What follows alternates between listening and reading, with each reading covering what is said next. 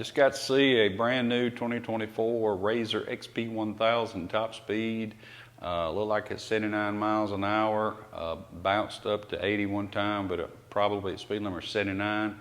Saw the top RPM is an 8,300-ish. What happens is when you get up there, the throttle closes, and then if you was on flat ground, you could just maintain that speed. You know, a lot of people are curious what this new vehicle does. This is day one for us. It just sets a baseline for us. We have the brand new Dalton clutch kit. The timing was really perfect because I just got the vehicle last week. Been on order for a long time, and a new sample kit came in, and we'll have kits on the website here in the next couple of days. We've had a belt. It's actually the same as a turbo belt, so that works out great. And so today is day one for us, and as we move forward, just use this information you see to work on whatever we're working on. If you got any questions, let us know. Remember the belt and the Dalton kit. There is a need for it. We'll have a special video about that here shortly. Give you more explanation about that. Got questions? todd@hunterworks.com.